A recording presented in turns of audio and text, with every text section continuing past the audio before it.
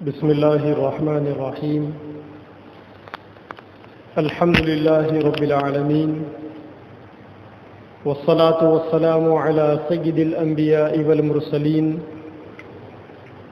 وعلى آله وأصحابه أجمعين ومن تبعهم بإحسان إلى يوم الدين. أما بعد،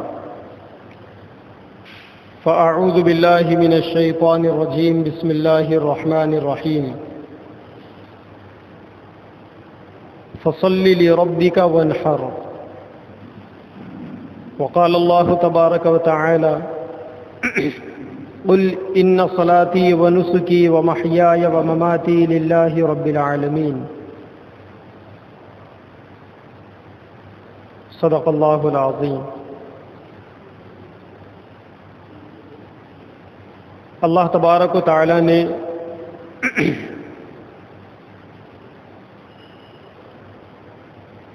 اسلام میں کچھ عبادتوں کو بنیادی حیثیت عطا فرمائی ہے. کچھ عبادتیں فرض ہے جو اسلام کا دین کی پہچان ہے، اور کچھ عبادتیں کہنے کو سنت یا واجب ہے لیکن وہ دین اسلام کی شان ہے. انہی عبادتوں میں ایک عبادت قربانی والا عمل ہے، جس کو ساری دنیا کا مسلمان عید الاضحیٰ کے موقع پر انجام دیتا ہے. قربانی سیدنا ابراہیم علیہ السلام کی سنت ہے، اور دین محمدی صلی اللہ علیہ وسلم میں قربانی کرنا واجب ہے. قربانی ایک ایسا عمل ہے جس کو اللہ کے نبی صلی اللہ علیہ وسلم نے ہر سال انجام دیا، اور آپ نے اپنے وفات سے پہلے سیدنا علی رضی اللہ تعالی عنہ کو وصیت بھی کی تھی کہ علی میرے دنیا سے پردہ فرما جانے کے بعد ہر سال ایک قربانی میری جانب سے بھی کرتے رہنا. اس سے قربانی کی اہمیت کا اندازہ ہوتا ہے. صحابہ نے اللہ کے نبی صلی اللہ علیہ وسلم سے پوچھا: یا رسول اللہ، یہ قربانی کیا ہے؟ اللہ کے نبی نے فرمایا: یہ تمہارے باپ سیدنا ابراہیم علیہ السلام کی سنت ہے. پھر صحابہ نے پوچھا کہ اگر ہم قربانی کریں گے تو ہمیں کیا ملے گا؟ اللہ کے نبی نے فرمایا: جانور کے ہر بال کے بدلے میں ایک نیکی ملے گی. پھر صحابہ کو خیال آیا کہ کچھ جانور ایسے ہوتے ہیں جن پر بال نہیں ہوتا، بور ہوتا ہے، جسے صوف کہتے ہیں عربی زبان میں. صحابہ نے پوچھا: فما لنا فی الصوف یا رسول اللہ، اگر کسی جانور کے جسم کے اوپر بال نہ ہو بلکہ بور ہو تو پھر اس پر کیا ملنے والا ہے؟ اللہ کے نبی نے فرمایا کہ بور کے بھی ہر بال کے بدلے میں ایک ایک نیکی ملنے والی. پھر اسی قربانی کے بارے میں اللہ تبارک و تعالی نے قرآن مجید کی سب سے چھوٹی سورت، جسے سورہ کوثر یا انا اعطینا کا سورہ کہا جاتا ہے، اس سورت کی دوسری آیت میں اللہ تعالی نے بڑی قیمتی بات ارشاد فرمائی. پہلی آیت میں اللہ تعالی نے نبی کو بشارت دی کہ ہم نے آپ کو حوض کوثر عطا فرمایا. حوض کوثر قیامت میں اللہ کے نبی صلی اللہ علیہ وسلم کو ایک ایسا حوض دیا جائے گا، ہر نبی کو دیا جائے گا، اور وہ نبی اپنی امتیوں کو وہ پانی پلائیں گے. پیارے نبی صلی اللہ علیہ وسلم کو بھی ایک حوض دیا جائے گا جسے کوثر کہتے ہیں. آپ بھی اپنی امت کو اس کا پانی پلائیں گے. آپ نے فرمایا کہ سب سے زیادہ پانی پینے والے میرے حوض پر آئیں گے. کیونکہ اللہ کے نبی کی امتیوں کی تعداد سب سے زیادہ ہوگی، اور وہ پانی ایسا ہوگا کہ جو آدمی ایک دفعہ وہ پانی پی لے گا اللہ کے نبی کے ہاتھوں سے، اللہ کے نبی کی امت کے فرما برداروں میں سے، پھر اس آدمی کو میدان محشر کی کوئی تنگی پیاسا نہیں کرے گی، جنت میں جانے تک پھر انسان کو پیاس نہیں لگے گی۔ تو اللہ تعالیٰ نے سورہ کوثر کی پہلی آیت میں وہ بشارت سنائی، انا اعطیناک الکوثر، اے نبی ہم نے آپ کو حوض کوثر عطا کیا، فصلی لربک وانحر۔ اس کے بعد اللہ تعالیٰ نے دو عبادتوں کی تعلیم دی پیارے نبی صلی اللہ علیہ وسلم کو۔ ایک تو عبادت یہ فرمایا کہ نماز پڑھو، فصلی، نماز پڑھو۔ کس کے لیے پڑھو؟ لربک، اپنے رب کے لیے پڑھو، دنیا والوں کے لیے نہیں، لوگوں کے دکھاوے کے لیے نہیں، دوسرے کسی باطل مقصد کی نیت سے نہیں، اللہ کی خوشنودی کے لیے۔ ویسے اسلام کے اندر وہی عمل مقبول ہے جو اللہ تعالیٰ کو خوش کرنے کے لیے کیا جاتا ہے۔ جس عمل کے اندر نیتوں میں کھوٹ ہوگا وہ عمل رد کر دیا جاتا ہے۔ فرمایا فصلی لربک، اپنے رب کے لیے نماز پڑھو، وانحر، اور قربانی کرو۔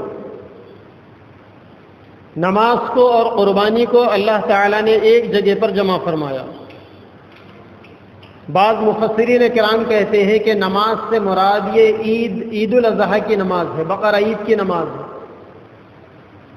اور اکثر مفسرین کہتے ہیں کہ یہاں نماز سے مراد یہ پانچوں نمازیں جو ہم ادا کرتے ہیں، صبح سے شام تک کی جو 5 نمازیں اللہ تبارک و تعالیٰ نے فرض کی ہے وہ نمازیں مراد ہیں۔ تو نماز کے ساتھ اللہ تعالیٰ نے قربانی کی تعلیم دی، وانحر کہہ کر۔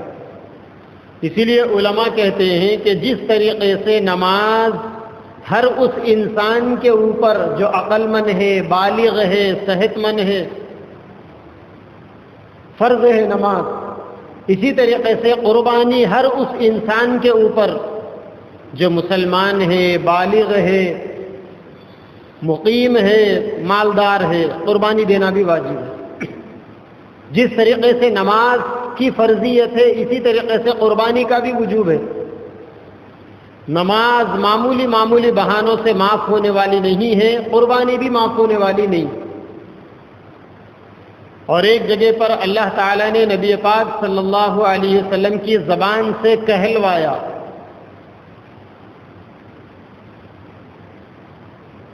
اللہ تعالیٰ نے نبی کے زبان سے کہلوایا، اللہ نے کہا قل، اے نبی آپ کہو، کیا کہنا ہے؟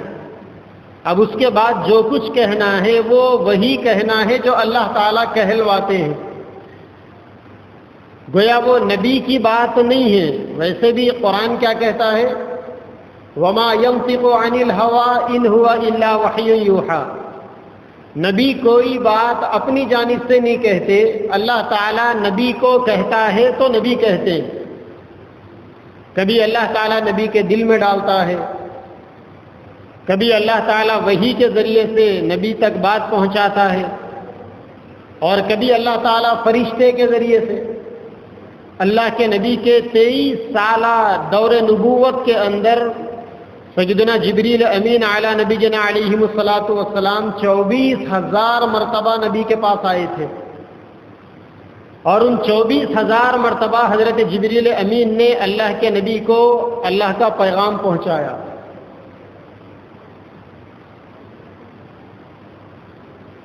اور اللہ کے نبی صلی اللہ علیہ وسلم کی لاکھوں حدیثیں موجود ہیں،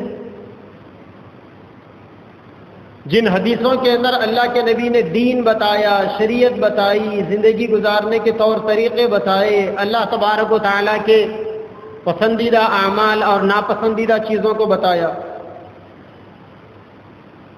لاکھوں کی تعداد میں علماء نے احادیث کو جمع کیا۔ تنہا امام بخاری رحمۃ اللہ علیہ کو 6 لاکھ حدیثیں زبانی یاد تھی۔ 6 لاکھ حدیثیں تنہا امام بخاری رحمۃ اللہ علیہ کو یاد تھی۔ تو تو لاکھوں کی حدیثیں جس کے اندر اللہ کے نبی نے امت کو دین بتایا. حدیث اللہ کے نبی کی زبان سے نکلے ہوئے بول، یا حدیثیں وہ صحابہ نے کوئی عمل کیا، اللہ کے نبی نے دیکھا، خاموش بیٹھے. اگر وہ عمل غلط ہوتا تو اللہ کے نبی ٹوک دیتے کہ یہ غلط ہے، ایسا مت کرو. صحابہ خاموش بیٹھ گئے.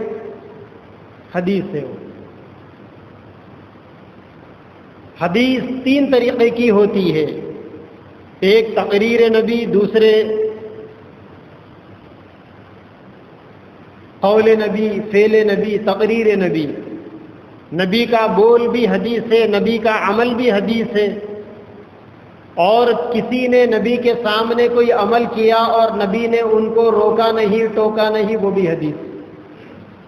علماء کہتے ہیں کہ ایسی ساری چیزوں کو جمع کر لیا جائے تو 18 لاکھ سے زیادہ چیزیں بنتی ہیں. 18 لاکھ سے زیادہ حدیثیں بنتی.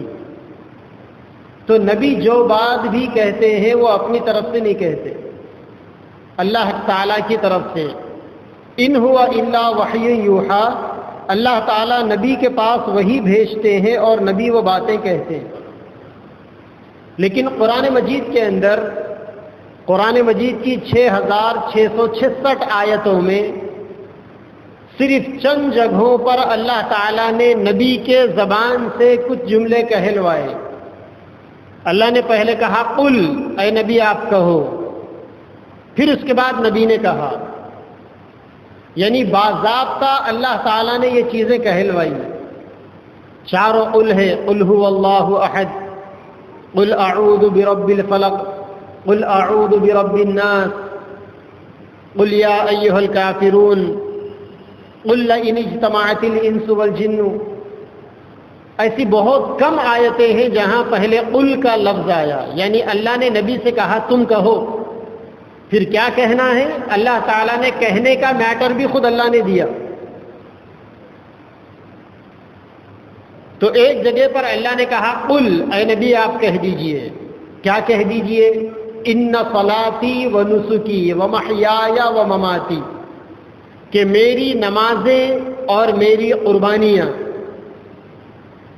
میرا نماز پڑھنا، میرا قربانی دینا، میرا جینا اور میرا مرنا، چار چیزیں. ایک نماز، دوسرے قربانی، تیسرے جینا اور چوتھے مرنا. یہ چار چیزیں کہلوا کر اللہ نے فرمایا للہ رب العالمین. یہ چاروں چیزیں اللہ تبارک و تعالیٰ کے لیے. نماز بھی اللہ کے لیے، قربانی بھی اللہ کے لیے. نہ نماز ورزش کا نام ہے، نہ یوگا کا نام ہے. نماز پڑھی جائے گی صرف اللہ کے واسطے. ہاں، اللہ کے لیے اگر نماز پڑھیں گے تو اس سے ورزش کے بھی فائدے ملیں گے. میڈیکل سائنس کے اعتبار سے نماز پڑھنے کے کیا کیا فائدے ہیں وہ سب ملیں گے. نماز کے لیے آدمی وضو بنائے گا، وضو کے اندر کیا کیا فائدے ہیں وہ سب ملیں گے. چہرہ دھونے کا کیا فائدہ ہے، ہاتھوں کو دھونے کا کیا فائدہ ہے، کلی کرنے کا، ناک میں پانی ڈالنے کا کیا فائدہ ہے، داڑھی کے اندر خلال کرنے کا کیا فائدہ ہے، مسواک کرنے کا کیا فائدہ ہے، سر کا مسح کرنے کا کیا فائدہ ہے، گردن کے مسح کا کیا فائدہ ہے. امریکہ کے اندر ایک ڈاکٹر نے ایک مسلمان کو دیکھا وضو کر رہے ہیں. جب اس مسلمان نے گردن کے اوپر مسح کیا تو اس ڈاکٹر نے کہا کہ یہ کیا چیز ہے، تو مسلمان نے کہا کہ یہ وضو ہے اور یہ گردن کا مسح ہے، یہ ہمارے نبی کی سنت ہے. اس مسلمان نے اس ڈاکٹر سے پوچھا کہ اچھا یہ بتاؤ کہ آپ اتنا جستجو سے کیوں پوچھ رہے ہو، آپ کو اتنی پکڑ کیوں ہے جو آپ ایک ایک چیز کے بارے میں پوچھ رہے ہو. تو ڈاکٹر نے کہا کہ اگر کوئی انسان دن میں 3 مرتبہ اپنے گردن کے اوپر کچا ہاتھ اگر پھیر لے تو ساری زندگی میں اس انسان کو ڈپریشن کی بیماری نہیں آ سکتی. ڈپریشن کی بیماری، اور اسی بیماری کا ایک چھوٹا حصہ ہے انسان کو نیند نہیں آتی راتوں میں. بہت سارے لوگوں کو دیکھا ہوگا بستر کے اوپر بیٹھے لیٹے لیٹے کروٹیں بدلتے ہیں لیکن نیند نہیں آتی ہے، اسے بے خوابی کی بیماری کہا جاتا ہے۔ یہ اصل میں دماغ کا خلل ہوتا ہے۔ تو ڈاکٹر نے کہا کہ اگر کوئی انسان 3 مرتبہ دن میں کچا ہاتھ اگر گردن کے اوپر پھیر لے تو یہ بیماری نہیں آتی۔ تو مسلمان نے کہا کہ ہمارے پاس دن میں 5 نمازیں فرض ہے اور ہر نماز کے لیے کم از کم ہم کو 1 دفعہ وضو بنانا پڑتا ہے۔ نماز کے فوائد، رکوع کا فائدہ الگ ہے، سجدے کا فائدہ الگ ہے، ہاتھوں کو بن کر کھڑے ہونے کا فائدہ الگ ہے، اتحیات میں بیٹھنے کا فائدہ الگ ہے، ہر چیز کا فائدہ الگ الگ ہے۔ یہاں تک کہ نماز کے اندر ہمیں سکھایا جاتا ہے کہ رکوع کے اندر اپنے پیروں کے انگوٹھوں پر نظر رکھو، سجدے کے اندر اپنی ناک کو دیکھو۔ ناک کو جب انسان دیکھتا ہے، 2 آنکھوں سے جب ناک کو دیکھا جاتا ہے تو آپ غور کریں، ایک ایسا پوزیشن بنتا ہے جس کے اندر انسان پوری توجہ ناک کے اوپر دیتا ہے تو پھر انسان کا پورا دماغ بھی ایک طرف آ جاتا ہے،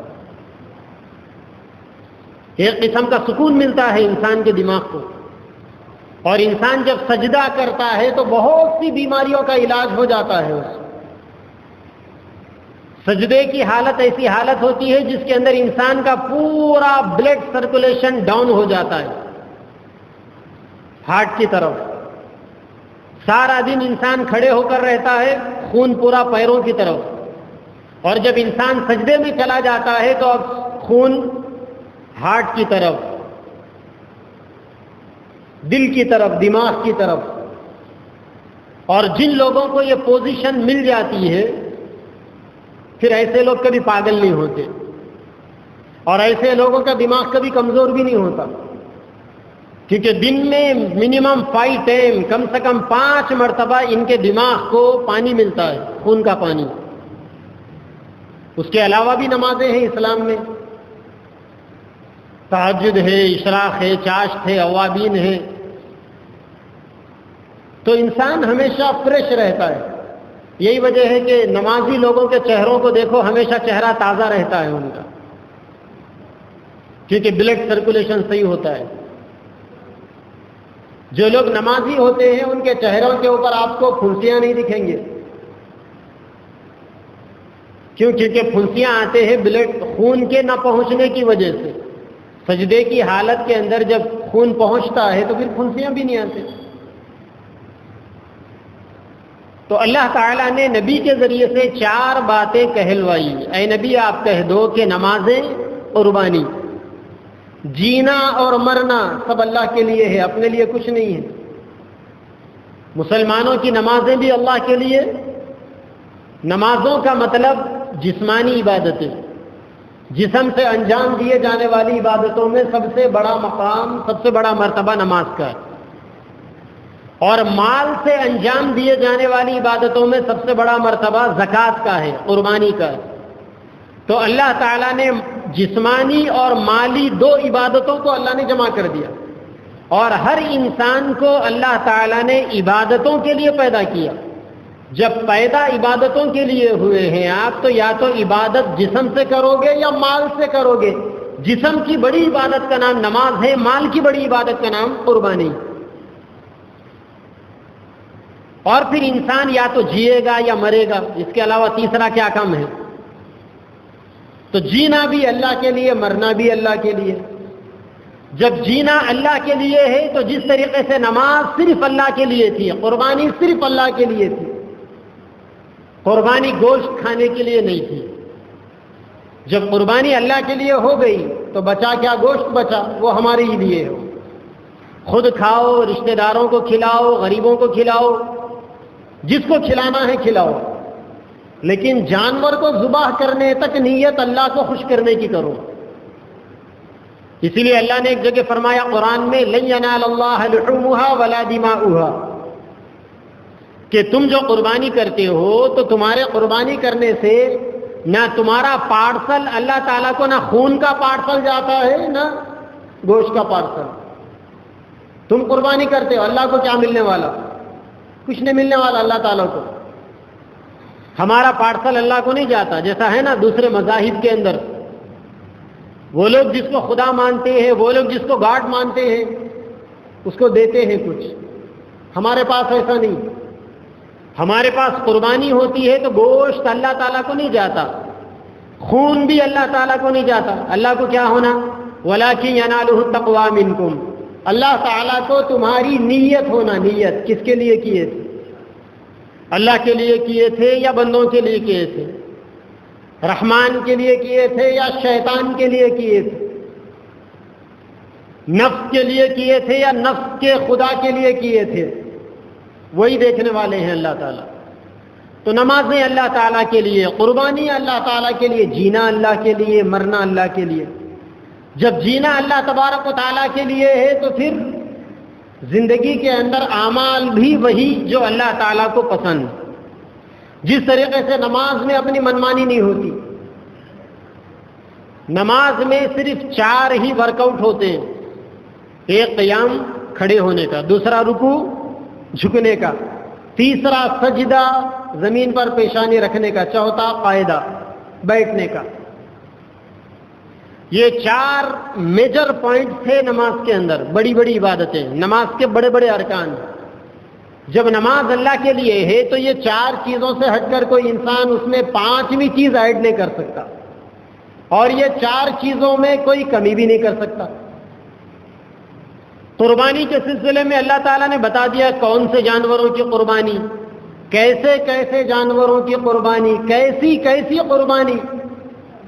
ساری چیزیں احادیث کے اندر، کتابوں کے اندر، شریعت کے اندر کھول کھول کر بیان کر دی گئی. جب ساری چیزیں کھلم کھلا بیان کر دی گئی تو اب انسان اپنی طرف سے اس میں ایک چیز کو بھی ایڈ نہیں کر سکتا. نہ ایک چیز کو زیادہ کر سکتا ہے، نہ ایک آدھ چیز کو کم کر سکتا ہے. اسی طریقے سے جب جینا اللہ کے لیے ہے تو جینے کا بھی ڈھنگ اللہ نے بتا دیا کہ پیدا ہونے سے لے کر موت تک کیسا جینا، وہ بھی اللہ نے پورا سلیبس دے دیا، پورا ایک لائف چارٹ دے دیا اللہ تعالیٰ نے،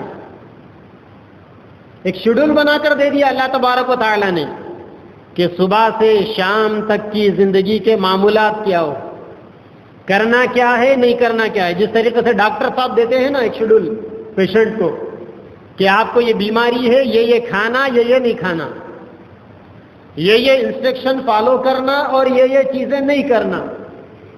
تو انسان اپنی جان کو بچانے کے لیے پابندی کے ساتھ فل الرٹ ہو کر اس کو پابندی کے ساتھ کرتا ہے. گھر والے نگرانی کرتے ہیں اس کی کہ یہ انسٹرکشن کو توڑنا نہیں چاہیے، جان کا خطرہ. اسی طریقے سے زندگی کے اندر بھی اللہ تبارک و تعالیٰ نے کچھ انسٹرکشن دیے. اگر اس کو توڑیں گے تو وہاں جان کا خطرہ تھا، یہاں ایمان کا خطرہ ہے. وہاں جان کے جانے سے دنیا کا نقصان تھا، یہاں ایمان کے جانے سے آخرت کا بھی نقصان ہے. زندگی اللہ کے لیے، موت اللہ کے لیے. زندگی کے اندر کوئی عمل اللہ کی مرضی کے بغیر نہیں. اسی لیے کہا جاتا ہے کہ ہر انسان کو کم سے کم اتنا علم حاصل کرنا فرض ہے کہ جس کے ذریعے سے انسان کو حلال اور حرام کی تمیز ہو. ہر انسان کے لیے، صرف امام صاحب کے لیے نہیں، صرف مولانا کے لیے نہیں، صرف مفتی صاحب کے لیے نہیں، صرف مدرسے کے بچوں کے لیے نہیں. اتنا علم حاصل کرنا تو کالج کے بچوں کے لیے بھی ضروری ہے، یونیورسٹیوں کے بچوں کے لیے بھی ضروری ہے، اسکولوں کے بچوں کے لیے بھی ضروری ہے، ڈاکٹر صاحب کے لیے بھی ضروری ہے، وکیل صاحب کے لیے بھی ضروری ہے، انجینئر صاحب کے لیے بھی ضروری ہے، فقیر کے لیے بھی ضروری ہے، امیر کے لیے بھی ضروری ہے، بزنس مین کے لیے بھی ضروری ہے، عام انسان کے لیے بھی ضروری ہے. کتنا علم، اتنا علم کہ جس سے انسان کو پتا چلے کہ مجھے کیا چیزیں کرنے کی ہے، کیا چیزیں نہیں کرنے کی. اب اس میں کچھ چیزیں ایسی ہو سکتی ہے کہ جس سے انسان کو معلوم نہیں ہوتی، تو وہاں علماء کا مشورہ. فَاسْأَلُوا أَهْلَ الذِّكْرِ إِن كُنتُمْ لَا تَعْلَمُونَ. اللہ کا قرآن کہتا ہے کہ اب جو باتیں تم کو نہیں معلوم وہاں علماء سے مشورہ کرو، مفتیان کرام سے فتویٰ لو، کیونکہ وہ دین کے اسپیشلسٹ ہے. وہ ان کا کام ہی ہے پڑھنا پڑھانا، بس ان کو ڈسٹرب مت کرو. ان کا کام ہی ہے پبلک سیوا. اگر الیکشن میں ہاتھ جوڑ کر ووٹ مانگنے والا یہ کہتا ہے کہ مجھے خدمت کا موقع دو، تو ایک عالم بھی تو خدمت ہی کرتا ہے قوم کی. اگر آپ ڈاکٹر کے پاس جائیں گے ٹریٹمنٹ کے لیے تو پیسے لے گا آپ سے، او پی فیس. لیکن مفتی صاحب تو پیسے نہیں لیتے نا آپ سے مسئلہ بتانے کے. مولانا صاحب تو آپ سے پیسے نہیں لیتے نا مسئلہ بتانے کے. تو یہ پبلک سیوا نہیں ہے. یہ ڈاکٹر صاحب او پی فیس لے رہی تو بھی پبلک سیوا ہے. وہ ان کا بھی جیب گرم ہو رہا، ان کا جو نالج ہے وہ شیئر کر رہی، جیب گرم ہو رہا تو پبلک سیوا ہے. وہ مولانا صاحب، امام صاحب، مفتی صاحب مسئلہ بتا رہے، کچھ بھی نہیں لے رہے، یہ پبلک سیوا نہیں ہے، یہ بھی پبلک سیوا ہے. اسی لیے حضرت حکیم الامت مجدد ملت مولانا اشرف علی صاحب تھانوی رحمۃ اللہ علیہ بڑی مزے کی بات بولتے تھے. لوگ بولتے ہیں نا، اے مدرسے کے بچے زکوٰۃ کے پیسوں پہ پل رہے ہیں، منسٹر صاحب کو سے پیسوں پہ پل رہے ہیں، پرائم منسٹر صاحب کو سے پیسوں پہ پل رہے ہیں، سی ایم صاحب کو ان سے پیسوں پہ پل رہے ہیں. بلٹ پروف گاڑیاں کس کے باپ کے پیسوں کی؟ کاجو کے روٹیاں کس کے باپ کے پیسے سے؟ 9-9 ہزار کروڑ کے پرائیویٹ جہازاں کس کے باپ کا پیسہ؟ 600 کروڑ روپے ان کی سیکورٹی کے اوپر خرچ ہو رہے سال میں. آپ کی جو سینٹرل گورنمنٹ ہے پورے ہندوستان میں سال بھر میں ٹیکسز سے 20 لاکھ کروڑ روپے وصول ہوتے ہیں. 5 لاکھ کروڑ روپے یہ ایم پیاں ہضم کر جا رہے ہیں. ایم پیاں، منسٹر 5 لاکھ کروڑ روپے.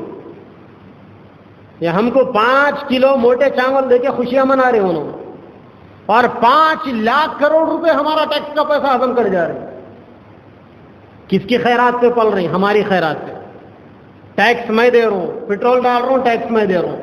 یہاں تک کہ سینیٹائزر کے اوپر بھی ٹیکس لگ گیا. کورونا وائرس نے آنا بول کے ہاتھ پوچھ رہے سینیٹائزر یوز کرو، اس پہ بھی ٹیکس کر دیں. 100 روپے کا سینیٹائزر خریدو، 18 روپے گورنمنٹ کے کھاتے میں ڈالو. یہ ہمارے خیرات کے پیسوں پہ یہ لوگ پل رہی. اور غصہ کس کے اوپر نکال رہی؟ مسجد کے امام کے اوپر، مدرسے کے مولوی کے اوپر، مدرسے میں پڑھنے والے بچوں کے اوپر قوم کا پیسہ کھا کے پل رہے ہیں. تو مولانا اشرف علی تھانوی رحمۃ اللہ علیہ بولتے تھے کہ اچھا کھلاؤ ان کو، اماموں کو، تو ان کی قدر معلوم ہوتی. ان کروڑوں اربوں روپے ڈال لے رہا تو اس کی قدر معلوم ہے لوگوں کو. یا معمولی تنخواہوں کے اوپر امامت ہو رہی، مدرسوں میں پڑھا رہے، مدرسے کے بچوں کو وہ دال کا پانی پلا رہے، کھچڑی کھٹا کھلا رہے، تو ان کی قدر نہیں. اور وہاں کاجو کے روٹیاں کھانے والوں کی قدر ہو رہی. مشروم 60,000 روپے کلو، وہ کھانے والوں کی قدر ہو رہی. سمجھنے کی باتیں ہیں سب. ہر کتاب کھول کے پڑھائے جانے کی نہیں ہوتی. بہت ساری کتابوں کو اوپر سے ہی بتا دیا جاتا ہے کہ دیکھو یہ نام ہے اس کا.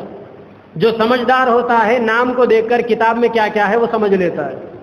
تو اللہ تبارک و تعالیٰ نے فرمایا کہ نماز اللہ کے لیے، قربانی اللہ کے لیے، جینا اللہ کے لیے، مرنا اللہ کے لیے.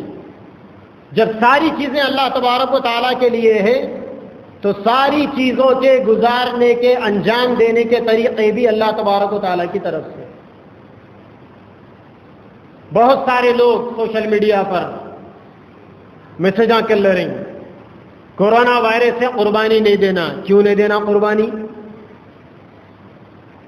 قربانی کے پیسے غریبوں میں دے سکتے کیا؟ ہرگز نہیں. قربانی اسلام میں واجب ہے، واجب. ابراہیم علیہ السلام کی سنت، پیارے نبی صلی اللہ علیہ وسلم کی دائمی سنت، واجب. اور اتنی بڑی عبادت کہ میرے نبی نے فرمایا جو انسان قربانی کی استطاعت رکھنے کے باوجود عیدگاہ نہ آئے، استطاعت رکھنے کے باوجود قربانی نہ دے، اس کو مسلمانوں کے عیدگاہ میں آنے کی ضرورت نہیں. کون نہیں آئے گا عیدگاہ میں؟ جو مسلمان نہیں ہوگا وہ نہیں آئے گا. حیثیت رکھنے کے باوجود، استطاعت رکھنے کے باوجود قربانی نہیں دینے والے کے واسطے اللہ کے نبی نے یہ وعید بیان فرمائی.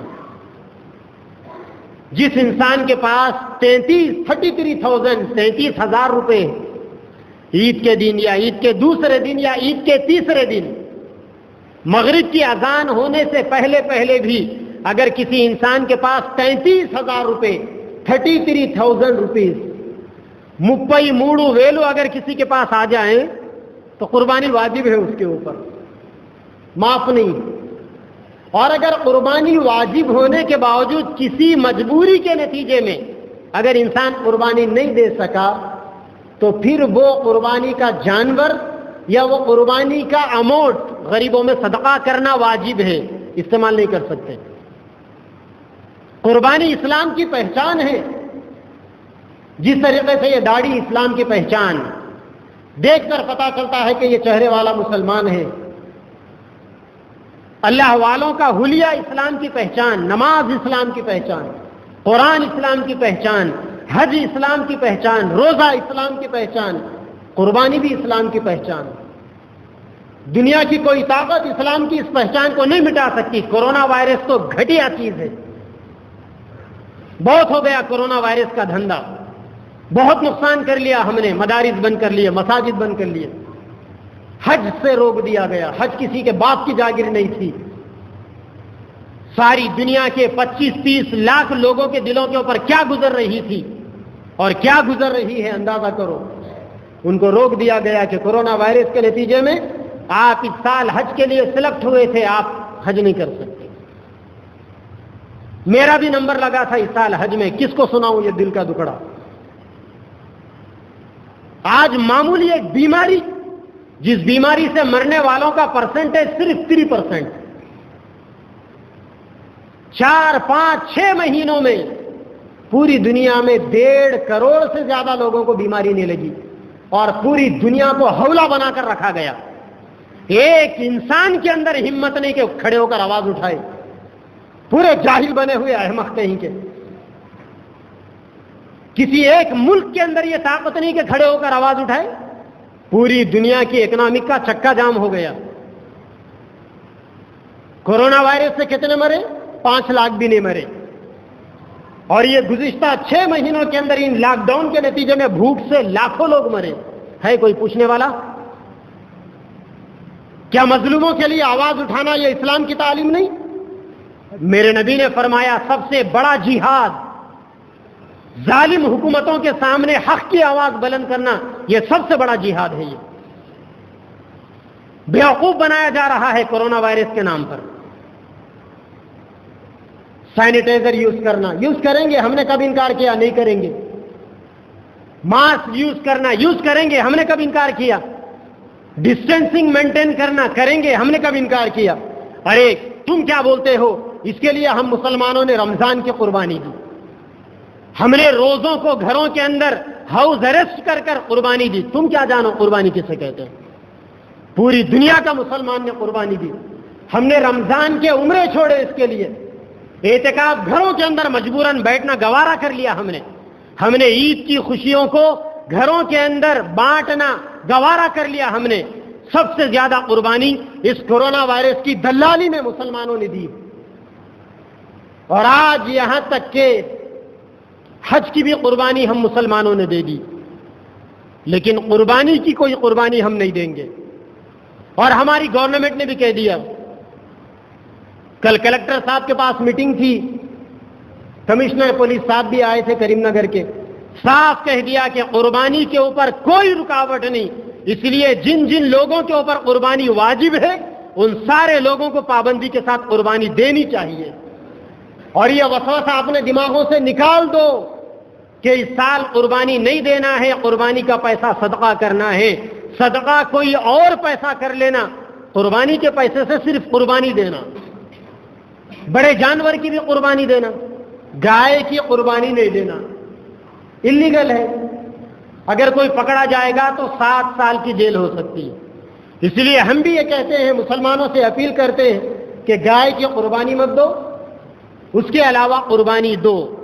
اور دوسری چیز جو خاص طور پر سینیٹائزیشن، صفائی ستھرائی کا خاص اہتمام کرو. پورے ہندوستان کے اندر مسلمان جوائنٹ رہتے. یہاں ہمارا جو پاپولیشن ہے ہر 3 گھروں کے بعد ہندو ہے، سکھ ہے، پارسی ہے، بودھ ہے، کرسچن ہے. ہر 3 گھروں کے بعد ایک مسلمان کا گھر ضرور آتا ہے، یا چوتھا گھر. یعنی آبادی کا ہمارے دیش کا جو پاپولیشن ہے اس اعتبار سے اگر ہم قربانی دیں گے اور صفائی ستھرائی کا اہتمام نہیں کریں گے، گوشت کاٹ دیا، خون وہیں پر چھوڑ دیا، اوجڑی وہیں پر ڈال دی، گوبر وہیں پر ڈال دیا، اب اس بدبو کے ذریعے سے دوسرے لوگوں کو، پڑوسیوں کو تکلیف ہو رہی. اسلام میں قربانی واجب ہے، دوسروں کو تکلیف دینا حرام ہے. اور اگر کوئی انسان واجب کی چکر میں حرام گناہ کرتا ہے تو زیادہ کچھ نہیں، یہی کہا جائے گا جو ہمارے علاقے کی مشہور کہاوت ہے، کوئلے کی دلالی میں ہاتھاں کالے. یا اور فصیح لفظوں میں نہ خدا ہی ملا، نہ وصال صنم، نہ ادھر کے رہے نہ ادھر کے رہے. نہ نیکی کر کر مسلمان شمار ہوئے، نہ کسی کو تکلیف سے بچا کر مسلمان شمار ہوئے، کہیں کے نہیں رہے. اسی لیے قربانی کرو پورے انسٹرکشن کے ساتھ. گائے کی قربانی مت کرو، قانون کو فالو کرو.